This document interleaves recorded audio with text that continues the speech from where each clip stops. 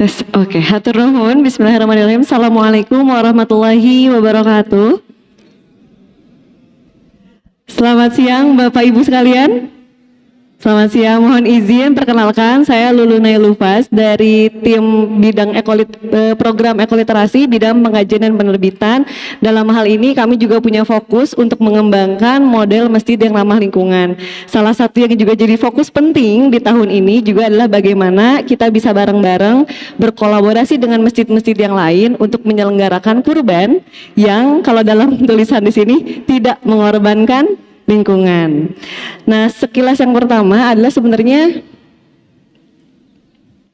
belum masuk ini. Tolong dibantu. Oke, nah sebenarnya ada masalah apa sih Bapak Ibu ya dengan penyelenggaraan kurban? Yang pertama untuk informasi pertama dulu nih, terkait dengan penyembelihan hewan kurban itu sendiri, tahun ini diprediksi di Indonesia itu akan ada 1,7 juta ekor yang akan disembelih. Itu termasuk domba, kambing dan juga sapi di seluruh Indonesia. Sebanyak ini ya Bapak Ibu. Nah, dalam konteks hewan kurban ini, kami di tim menyebutkan ada 4A.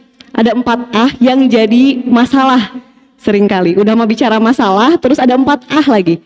Yang pertama kira-kira apa Bapak Ibu? Kita sebut dulu darah. Oke. Kalau darah, kita bicara darah, kurang lebih satu sapi itu bisa menghasilkan 20 liter darah. Itu kalau misalnya kita analogikan 1 galon, itu teh kurang lebih ya 1 galon lah satu sapi teh kan 1 galon teh 19 liter gitu ya. Berarti kurang lebih segitu. Kalau domba dan juga kambing lebih sedikit lagi di bawah itu, tapi kita asumsikan sekitar 20 liter darah per sapi. Ada yang kedua Bapak Ibu.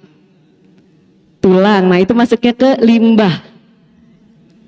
Limbah di sini tuh ada kulit, jeroan, kotoran. Ada yang sudah berhasil memanfaatkan di Masjid Salman juga alhamdulillah bareng sama teman-teman di bidang dakwah, kulit disalurkan kepada yang memang menggunakannya, jeroan pun juga sama, kami bekerja sama dengan salah satu tim di pertanian di Lembang sehingga jeroan-jeroan yang memang tidak ada yang mengambil kemudian nantinya akan diolah di sana. Dan juga kotoran yang udah pasti bahkan dari sebelum penyembelihan pun sapi gitu ya, kurban hewan-hewan itu sudah menghasilkan kotoran di wilayah ketika hewan-hewan tersebut belum disembelih. Ada yang ketiga, malah kaki. Ada yang ketiga Bapak Ibu, wadah. Perkara wadah nih, wadah ini juga jadi masalah seringkali. Masalahnya emang di mana? Kalau satu sapi diprediksi bisa menghasilkan kurang lebih 150 paket daging dan satu kambing kurang lebih 15 paket daging, maka di tahun ini dari 1,7 juta ekor, kurang lebih ada sekitar 119 juta paket daging yang akan dibagikan ke warga negara di Indonesia. Terus masalahnya di mana? Bayangkan kalau itu semua jadi sampah. Nah, itu dia. Tapi ternyata dalam pelaksanaan penyembelihan hewan kurban gak cuman sampah yang tadi aja selama kurban, tapi apa? Sampah aktivitas kita sehari-hari. Kalau mencit seharian kita kan pasti makan, betul ya Bapak Ibu. Kemudian juga belum jajan, kalau di situ ada anak-anak pada nontonin. Alhasil selain sampah kurban ada juga sampah aktivitas sehari-hari. Sebagai informasi, Kota Bandung saja setiap harinya tanpa penyelenggaraan hewan kurban, sampah yang dihasilkan itu sebanyak 1.700 ton per hari.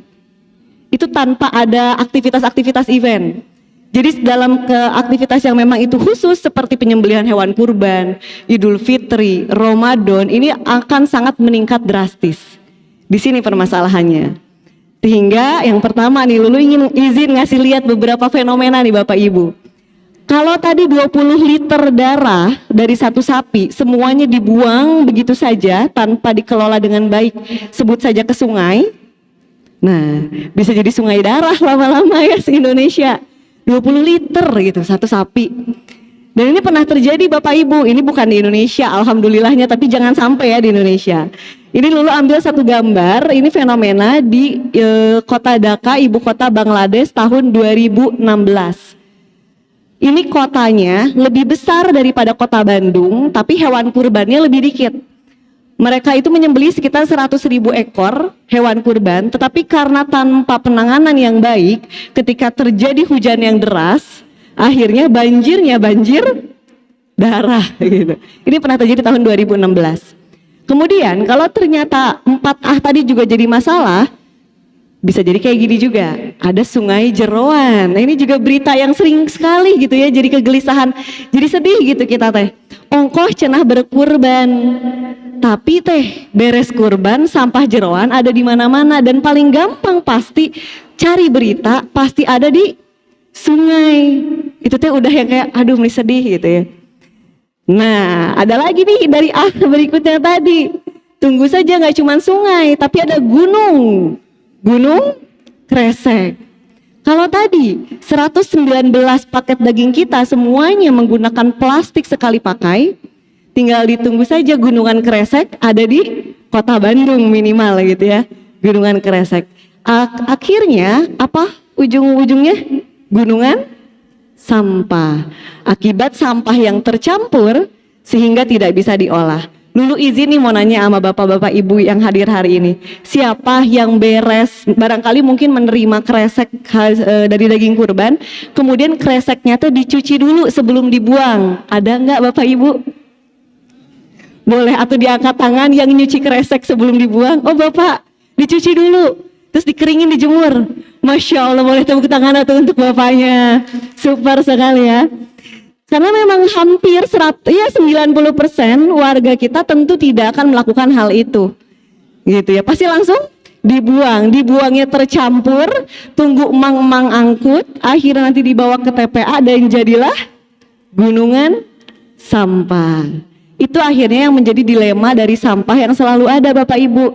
Yang pertama tentang mudah, kita ngerasa itu teh mudah, udahlah pakai kresek aja, mudah toh tinggal diwadahin, ngebagiinnya gampang, udah beres tinggal dibuang. Dibuangnya ke sungai, sungai yang tadinya bagus jadi nggak ada. Ada yang disebut sebagai not in my backyard, artinya itu bukan di halamanku. Jadi yang penting rumah mah bersih.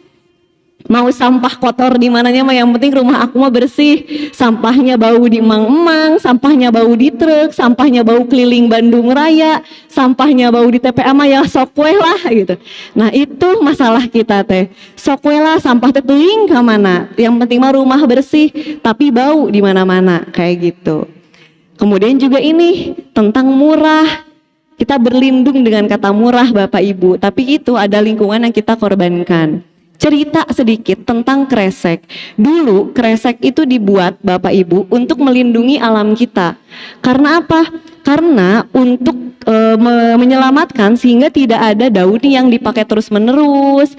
Kalau kita bilang bambu yang dipakai terus-menerus, sehingga diciptakanlah kresek yang dia tahan lama dan bisa untuk dipakai kembali. Harapannya tuh begitu.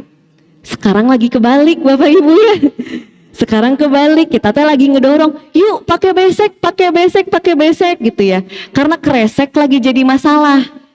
Sekarang ditanya, kalau setiap tahun 119 juta wadah diproduksi baru dari bambu untuk membuat besek, berapa banyak atuh bambu kita yang hilang? Betul tidak Bapak Ibu? Betul, udah mah bambunya hilang, ditambah lagi sampahnya juga makin banyak karena nggak tahu gimana ngurusin si sampah besek. Dikemanain ya sampah besek teh udahnya. Jadi nambah we masalahnya teh. Nggak cuma 4A tadi riut gitu ya, udah riut gitu ya. Ini problematika yang kita hadapi. Jadi sebenarnya kami di Masjid Salman ingin mengajak ayo Bapak Ibu bareng-bareng, ada 3A. Kalau tadi ada 4A dari masalah, ada 3A jadi solusi. Yaitu apa? Cegah, pilah, dan olah. Nah, ada yang pernah tahu Bapak Ibu terkait fatwa MUI terkait sampah? Tahun 2014 MUI mengeluarkan fatwa nomor 47 tahun 2014 tentang pengelolaan sampah untuk mencegah kerusakan lingkungan. Sayangnya fatwa ini walaupun sudah dikeluarkan belum banyak juga yang mau menerapkan. Tapi balik lagi sebenarnya ini bukan tentang fatwanya, jauh sebelum fatwa ayat-ayat Al-Quran kita tuh udah banyak banget bicara soal kerusakan lingkungan. Cuman kitanya aja yang seringkali tidak mau melihat ayat-ayat tersebut.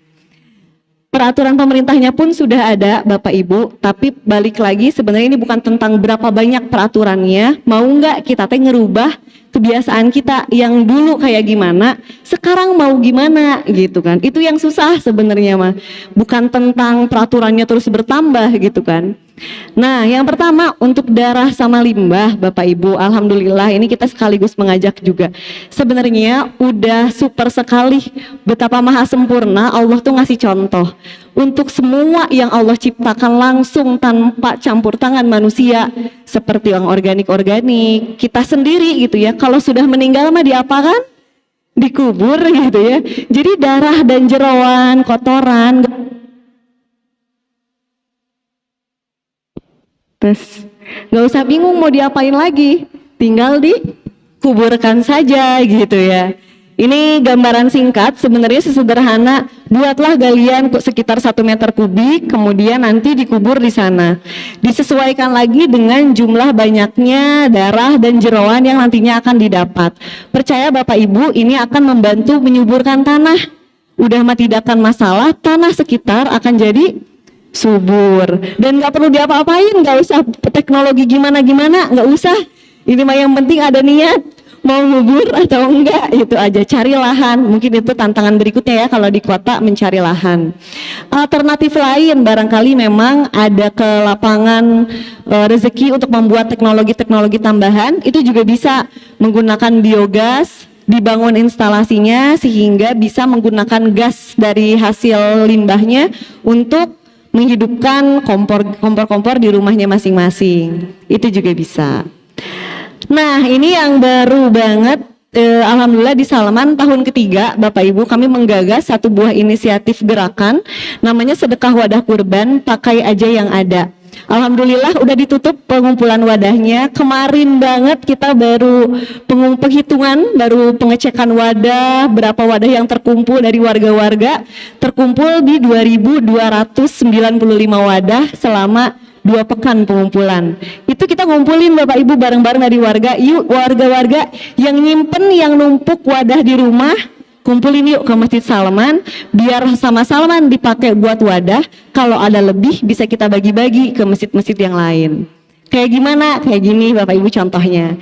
Jadi kami menggalang satu buah inisiatif gerakan, kami buka, yuk Bapak Ibu kalau punya wadah minimal 650 mili, setidaknya cukup untuk 0,5 kg daging. Yang paling penting harus berpasangan gitu ya, ada tutup jeung ada wadahna gitu kan, bersih dan masih layak pakai. Hayu dikirimkan ke Masjid Salman. Tahun ini kami berkolaborasi dengan banyak sekali lembaga, termasuk juga Dinas Lingkungan Hidup Kota Bandung untuk menyuarakan gerakan ini.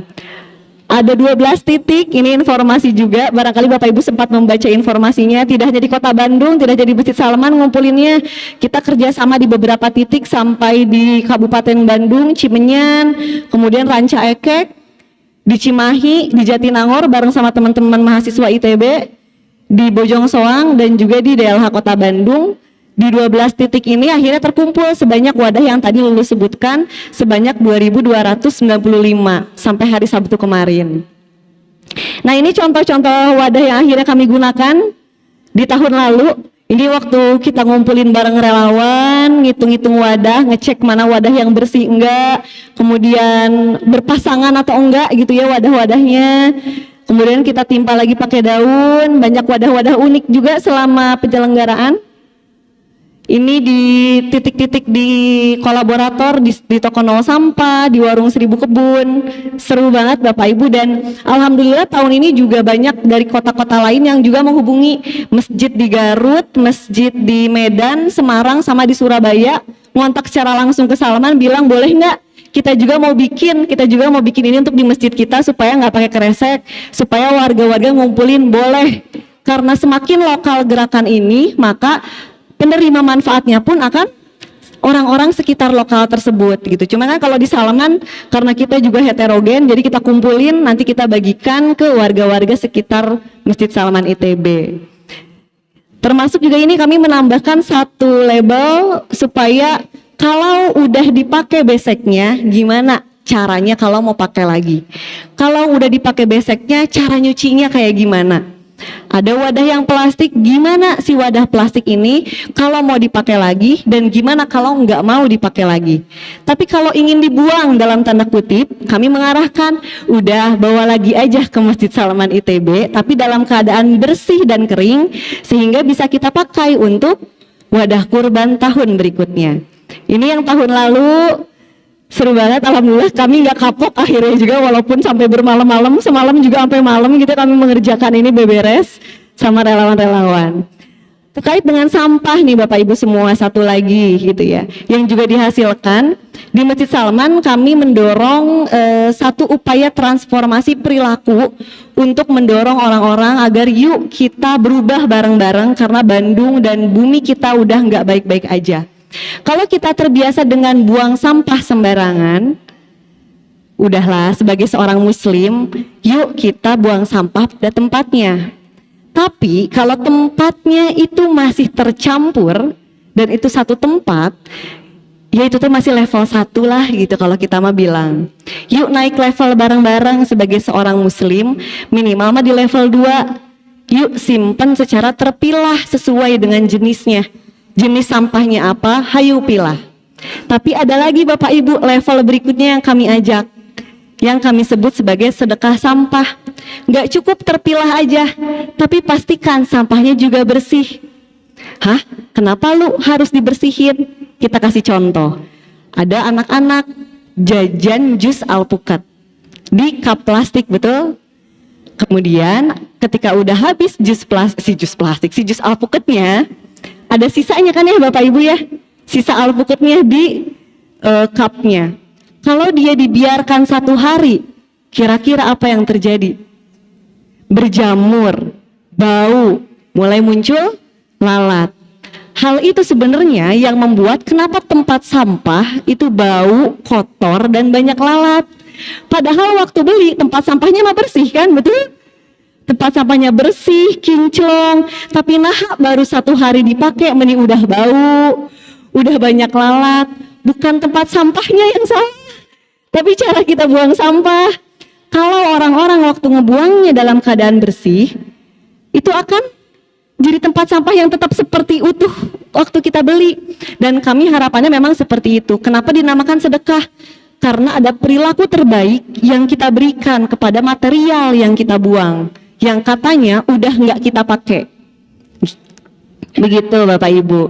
Nah ini kalau contoh di Masjid Salman, jadi kalau tadi Bapak Ibu mendapatkan konsumsi gitu ya, mendapatkan ada banyak yang tidak dimakan, konsumsinya kemudian jadi sampah, kami mohon kerjasamanya Bapak Ibu untuk membantu memilah sampah sesuai dengan jenis yang ada di Salman. Lulu bantu singkat aja dari konsumsi yang tadi pagi, itu setidaknya ada 3 jenis sampah yang Bapak Ibu hasilkan. Yang pertama, yang akan masuk ke warna hijau, itu yang daun. Atau kalau ada makanan yang harusnya dimakan tapi Bapak Ibu tidak suka, berarti itu akan masuk ke yang warna hijau. Tapi kalau mau ada yang makanan, mending dikasih aja ke temen di Bapak Ibu di sebelahnya biar dihabiskan gitu ya, lebar. Kemudian ada sampah yang kedua yang mungkin dihasilkan adalah plastik bening. Ada ya plastik bening dari sampahnya, itu masuknya ke warna merah. Plastik beningnya ke warna merah. Kemudian satu lagi ada kertas tulisan lemper, kemudian box yang Bapak Ibu gunakan itu silahkan dimasukkan ke warna biru. Udah 3 itu aja, hijau, merah, biru. Kuningnya yang mana teh? Kok itu ada kuning? Nah kalau yang kayak gini nih, botol-botol kayak gini, gelas mineral juga kalau tidak salah tadi sempat kayaknya ada juga gelas mineral, berarti itu masuknya ke warna kuning. Udah, kalau nanti bingung Bapak Ibu bisa ditanyakan ke teteh-teteh, akang-akang panitianya. Atau kalau barangkali juga nggak tahu, itu ada gambarnya bisa dilihat. Nah ini contohnya yang dilakukan di Masjid Salman. Ini label baru kami tempel di 1 titik, yaitu di selasar di bawah. Label baru Masjid Salman. Jadi kayak tadi misal plastik bening nih, ada tulisannya plastik bening di warna merah. Kemudian juga ada daun di warna hijau. Kertas tuh ada box makanan di warna biru. Yang menarik yang ingin kami dorong Bapak Ibu, ketika nanti Bapak Ibu beraktivitas di masyarakat, kemudian menghasilkan banyak tusuk sate, kami mengharapkan bisa disediakan satu pakai kardus aja. Ini kami sediakan tahun lalu, insya Allah juga tahun ini di Bandung Adha Fest. Karena di Bandung Adha Fest itu ada bagi-bagi sampai 1000 tusuk sate gratis gitu ya, bagi-bagi ke masyarakat. Jadi kami menyediakan kardus khusus, tusuk sate diamankan di kardus ini ya teman-teman semua gitu. Kalau kami bilang ke teman-teman mahasiswa kayak gitu, bahaya kalau nyampur sama sampah-sampah, walaupun itu bisa ke hijau, tapi karena itu banyak tusuknya, khawatir kalau melukai orang. Kitanya enak makan, tusuk satenya melukai orang, nggak tahu nanti jadi pertanggungjawaban jangka panjang di akhirat lebar gitu ya. 3 potong daging kenyang tapi ada yang dipertanggungjawabkan nanti dalam jangka panjang. Kemudian 3 jenis ini kami daur ulang. Oke, ini sepertinya. Oke, nah kemudian yang terakhir yang warna hitam ini juga kami olah dengan pihak ketiga. Harapannya Bapak Ibu, biasanya kan orang tuh kalau buang, oh udah ke lainnya aja ke yang warna hitam. Tolong ini mah jangan, karena yang hitam ini akadnya adalah kita bayar jasa ke orang untuk ngolah. Jadi semakin banyak yang masuk ke yang warna hitam atau tidak terpilah atau tidak bisa diolah, artinya apa? Artinya berapa banyak biaya infaknya kita dipakai hanya untuk bayar sampah gitu ya. Jadi sebisa mungkin hayu Bapak Ibu dipilah, karena apa yang Bapak Ibu hasilkan itu semua bisa masuk ke 4 jenis ini: hijau, kuning, merah, dan juga biru. Seperti itu. Ini teman-teman relawan, jadi kalau Bapak Ibu juga bisa ada nanti di lapangannya ngeplot 1-2 orang untuk bantu jadi ranger di pemilihan sampah. Ini oke sekali. Kami mencari relawan gitu. Hayu siapa memanggil aktivis gitu yang mau bergabung, jagain tempat sampah, bantuin memilah gitu ya. Ini contohnya sampai antri. Ini juga beberapa tim kami antri panjang ke belakang cuma untuk milah sampah. Ini sampahnya ditumpuk, cup plastiknya ini enak banget kalau emang udah tertata rapih. Kita juga yang ngelolanya teh enak gitu ya. Ini contoh beres dikelola, ditumpuk-tumpuk. Ini cup plastik, ini plastik bening, ini yang residu, ini organik. Kemudian kita timbang, biasanya nanti kita olah. Oke, kita berhasil menyelamatkan sampah sebanyak 100% gitu. Kalau kayak gini kan enak gitu ya, bahwa muncul statement kita bijak nih konsumsi kita dan bertanggung jawab dengan sisa konsumsi kita. Nah ini singkat terkait dengan data sedekah wadah kurban di tahun lalu. Tahun ini tahun ketiga. Tahun pertama kami mengadakan terkumpul 700 wadah. Tahun lalu 1.300. Makanya kami bersyukur sekali tahun ini kami bisa menembus angka 2.000 wadah. Berarti semakin banyak orang yang akhirnya tahu dengan gagasan ini, sehingga gotong royong bareng-bareng untuk ngumpulin wadah, pakai aja yang ada. Gitu. Sebenarnya tadi udah slide yang terakhir, kayaknya ini perlu digeser. Itu aja Bapak Ibu, barangkali ada yang ingin ditanyakan terlebih dahulu. Cukup ya, hatur nuhun. Oke, itu aja. Sekiranya ada yang ingin ditanyakan, bisa hubungi Lulu melalui Instagram @lulunailufaz atau melalui Instagram tim relawan kami di @savio_rangers. Terima kasih. Lulu kembalikan kepada MC. Assalamualaikum warahmatullahi wabarakatuh.